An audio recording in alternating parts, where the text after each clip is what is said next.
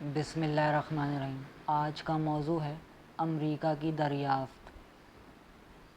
Columbus جو ایک طویل عرصے سے شنوائی کی امید پر غرناطہ، المیرا، مالاگا اور قرطبہ میں مقیم رہا تھا، مسلمانوں کے بعد عیسائی کونسل کے یکساں فیصلے سے دل برداشتہ ہوا اور پرتگال واپسی کے ارادے سے غرناطہ سے چل پڑا۔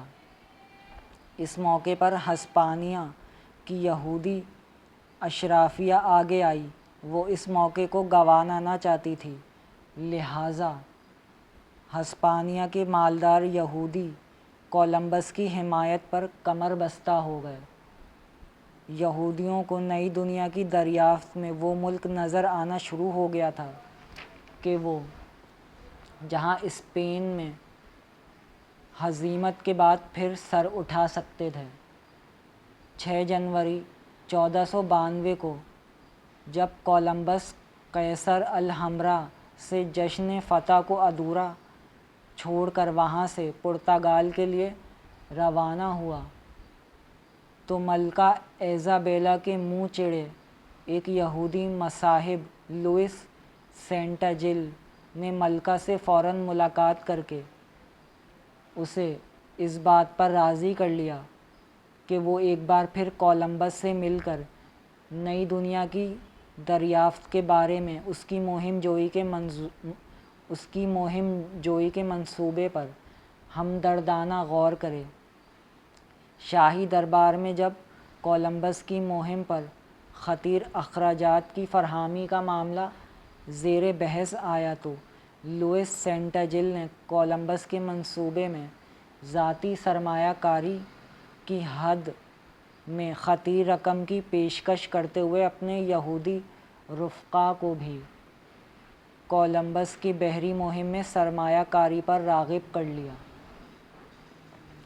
خفیہ طور پر یہ طے کیا جا چکا تھا کہ اگر ملکہ و بادشاہ کولمبس کی بحری مہم میں سرمایہ کاری و سرپرستی سے انکار کر دیں تو لوئس سینٹاجل اور اس کے یہودی رفقا بہرحال کولمبس کے منصوبے کو ذاتی سرمایہ کاری سے کامیاب بنائیں گے۔ کسی پراسرار اور خفیہ ترغیب کی بدولت کولمبس کے حامیوں میں اضافہ ہوتا جاتا تھا۔ لگتا تھا کہ کوئی نادیدہ قوت ہر اس بااثر یہودی کو جو ملکہ و بادشاہ کی رائے پر اثر انداز ہو سکتا تھا، کولمبس کے حق میں استوار کر رہی تھی۔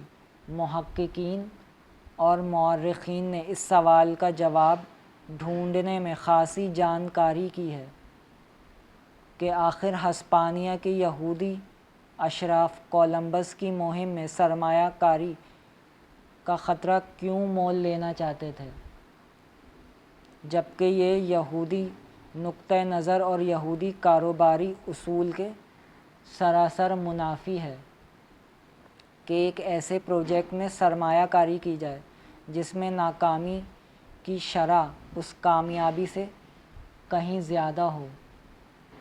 بات یہ ہے کہ اندلس کے یہودی اشراف کے پاس اس کے سوا اور کوئی راستہ ہی نہیں تھا کہ وہ کولمبس کے منصوبے سے صرف نظر کر سکتے۔ اندلس کے یہودی امرا نے یہ نوشتہ دار پڑھنے میں کوئی غلطی نہیں کی تھی کہ سقوط غرناطہ کے ساتھ ہی ان کے اثاثے، مال متاع، اراضی، جاؤ حشم، محلات اور عمارات سب کچھ ڈوب جائے گا۔ سو جس کا مال چھن جانا یقینی تھا، اسے کولمبس کی کامیابی کی